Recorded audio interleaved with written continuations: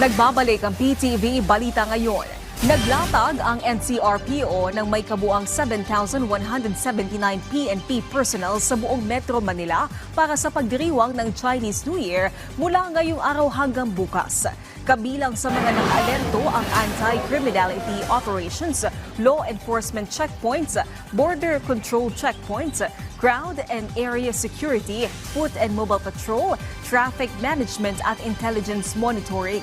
Naka-standby din ang Civil Disturbance Management Units, Reserve Forces, SWAT, EOD, medical responders at drone operators para matiyak ang mabilis at organisadong pagtugon sa anumang aberya na maaring maganap sa okasyong ito. New Year pa rin mamaya. Tapos ang parada. Mahigpit po ang ating ginawang koordinasyon sa mga local government units, maging sa mga barangay officials, force multipliers at iba pang concerned agencies para sa crowd management, traffic control at emergency response. Meron po tayong regular na command conferences at ground coordination upang siguraduhin ang maayos na implementasyon ng ating mga security measures.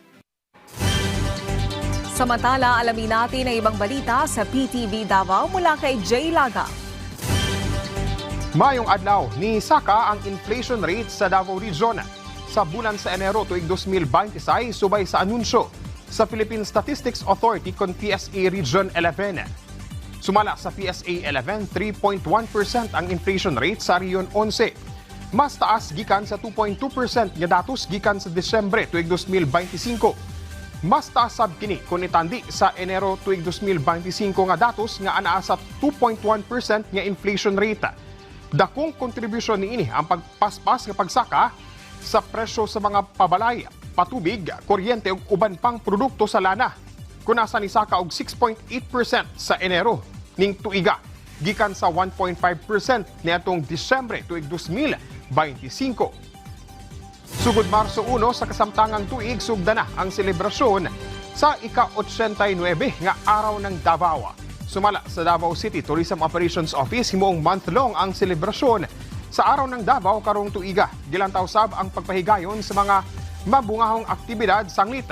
Dungan nga isaulog ang ika-usaka gatos katuig sa City Hall.